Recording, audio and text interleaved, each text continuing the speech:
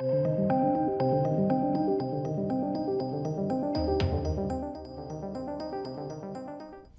welcome to the channel, ladies and gentlemen. We've got an update on the fantastic saga of Johnny Depp, Fantastic Beast 3. It's just interesting. So obviously we learned yesterday that Johnny Depp was going to get full salary despite not actually partaking in the movie at all. So he's been fired, obviously. He was asked to leave and he stepped down.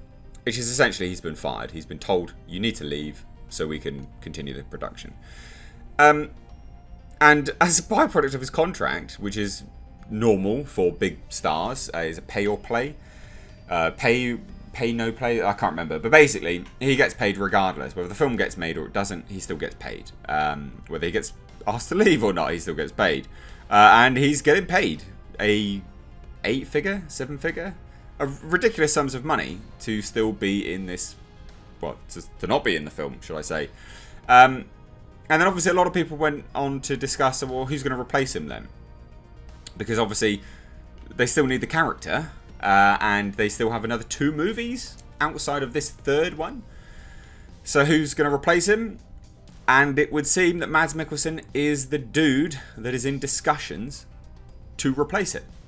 Now, I think fascinating to see that Mads Mikkelsen is the pick to replace Johnny Depp. Because if you look at their acting styles, they couldn't be any different. You know, they couldn't be more different from one another. Johnny Depp can do really deep, serious. Absolutely, he has done some incredible films in his time. And he can do really, really deep and serious. But he hasn't for a long time. And I don't believe he was doing that for Grindelwald, the character that he was playing either. Mads Mikkelsen, on the other hand, normally always plays it straight. Like, just dead down the line. He is kind of himself, I guess, in certain regards. I'm not knocking him. I think he's a great actor. But they couldn't be, further from each other. So for him to be in talks is a really interesting one.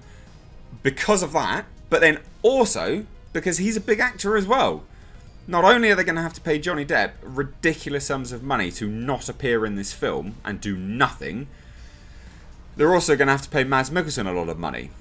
Now, I think what's fascinating about this is that if he does get it, I'm sure what Warner Brothers will be doing is coercing him into the role by saying, well, look, we'll maybe pay you half of what we would normally for this one, but we'll pay you top whack for the next 2. Because, of course, they are making 4 and 5.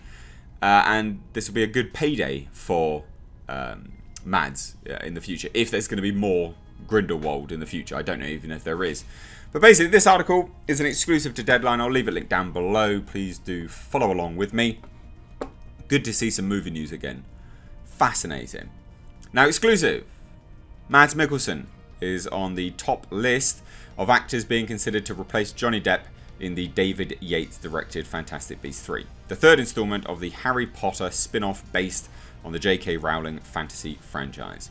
Now, sources has said he is Yates' choice, actually, to play Grindelwald, and he is in early talks.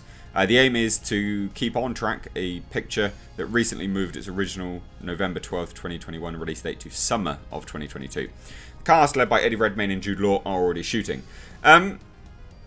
So, again, he couldn't be any more different in acting style to Johnny Depp, but he's top pick.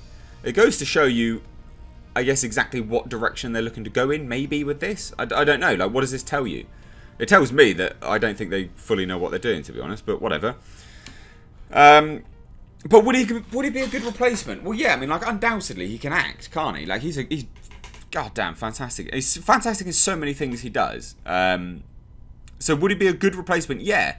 Would he bring an air of gravitas and seriousness in tone that these films maybe need? Potentially. Yeah, I mean, it's interesting, isn't it? Now, Depp was asked by Warner Brothers to withdraw from the role after he came out on the losing end of an ugly legal battle where he waged against the British tabloid for libelling him and describing him as a wife-beater in articles that covered his tempestuous marriage to Aquaman star Amber Heard. Now, the judge sided with the newspaper. Again, there's a whole series of things about all of that as well. Depp reportedly was asked to leave after shooting 1 day on the film, and he's being paid for the whole film, but had a 5-picture deal, and Warner Brothers has been racing ever since to lock in a new actor. There has been speculation on a number of thesps, but I hear that Yates is a big fan of Mikkelsen, and that the Danish actor is the guy that they are actually trying to lock in. He most recently wrapped the Doug Liman-directed Chaos Walking. Stay tuned. So that's it. I mean, that's the bare bones of everything. Now, they confirmed there that Depp did actually have a 5-picture deal. Obviously, he's only being paid for this particular one that he won't be in. So I can't imagine they're going to be paying Mads Mikkelsen top whack for this. How can you afford to? It's been delayed. Investors are there pouring money into it. They still have to pay top whack for Johnny Depp to not even be in the film. I can't imagine they're going to pay Mads top. So they're probably going to say, hey, look, yeah, we'll pay you this for this one, but also in future, we'll pay you more for the next few. That's got to be it, hasn't it? It's absolutely got to be it. So anyway, look, outside of all of this, my first thoughts ultimately is just that Warner Brothers shot them in the foot. You know, they absolutely shot themselves in the foot, because you've got Johnny Depp, massive following, massive fan base. And I maintain this as well, because whenever I've done videos on this, people are like, oh, you're siding with a wife beater. No, I'm not. I actually haven't really cast my thoughts on any of that specifically. My main point is the fact that Warner Brothers, I think, have shot themselves in the foot in the long run, because there's still an ongoing legal battle in the States, which is actually Johnny Depp versus Amber Heard. Now, with that sides with Johnny Depp, what is Warner Brothers going to do? Because they're just going to look stupid. It's going to be egg on their face. And I said this in the video I did yesterday, is that ultimately they have to be so confident that Depp is going to lose that Virginia court case to have done what they've done now.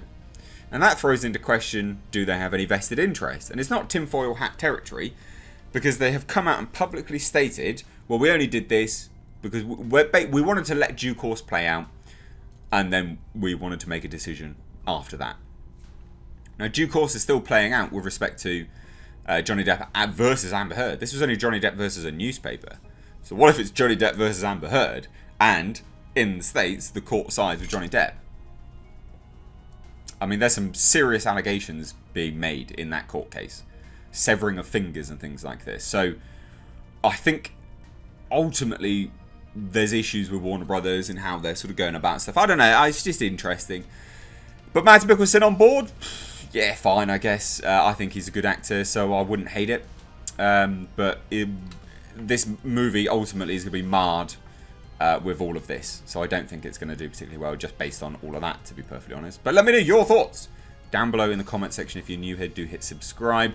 If you want to stay up to date on updates and actually staying notified, you've got to click the bell notification icon, or you've got to click notify all.